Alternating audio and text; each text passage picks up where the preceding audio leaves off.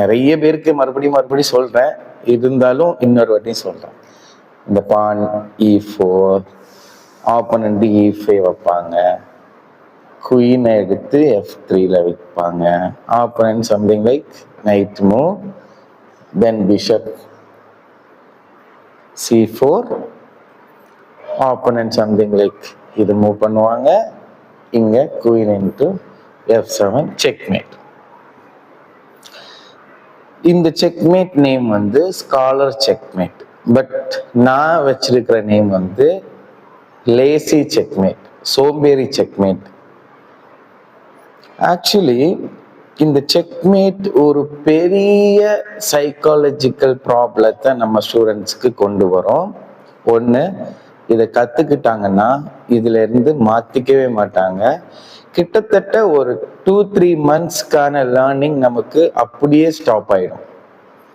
அவங்க நெக்ஸ்ட்டு திருப்பி அவங்களோட மெயின் ட்ராக்ல நம்ம எடுத்துட்டு வர்றது ரொம்ப ரொம்ப ரொம்ப கஷ்டம். ஏன்னா ஈஸியான வழியில எனக்கு செக்மேட் வரும்போது நான் எதுக்கு ரொம்ப திங்க் பண்ணணுங்கிற ஒரு மைண்ட் செட். இப்போ இந்த செக்மேட் கன்ஃபார்மா வரும்னா ஓகே, ஹாப்பி.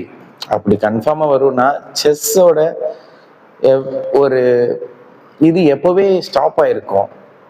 இது ஈஸியா ஆப்பனண்டால ஸ்டாப் பண்ண முடிகிற செக்மேட். சிம்பிளா சொல்ல போனா, இந்த குயின் இங்க வரும்போது, ஆக்சுவலி குயின் பிஷப் இங்க வரும்போது இந்த பான் மூவ் பண்ணாம ஜஸ்ட் இந்த நைட்டை வந்து F6ல பிளே பண்ணாலே இந்த செக்மேட்டை ஸ்டாப் பண்ணலாம். பட் லேட்டரா ஒயிட் வந்து இந்த மாதிரி குயின் திருப்பி அட்டாக் பண்ணணும், திருப்பி ஒயிட் மூவ் பண்ணணும். மொத்த ஓப்பனிங் பிரின்சிபலும் நமக்கு ஒர்க் பண்ண முடியாம போயிடும். இன்னொரு விஷயம், இந்த செக்மேட் பண்ணி அந்த ஒரு பாயிண்ட் எடுத்தா நமக்கு என்ன யூஸ்? அப்படி செக்மேட் பண்ணா எந்த ஆப்போனன்ட் நீங்க செக்மேட் பண்றீங்க? ரொம்ப ரொம்ப பேசிக் பிகினர் தானே நீங்க செக்மேட் பண்ற மாதிரி ஆகுது. அட்லீஸ்ட் நீங்க அதுல கேமா கன்வெர்ட் பண்ணி ஓப்பனிங் மெடல் போனீங்கன்னா உங்களுக்கு ஃபியூச்சருக்கு யூஸ் ஆகும்ல. ஸோ இந்த செக்மேட் ட்ரை பண்ணாதீங்க, ஜென்ரல் ஓப்பனிங் பிரின்சிபலை வந்து ட்ரை பண்ணுங்க.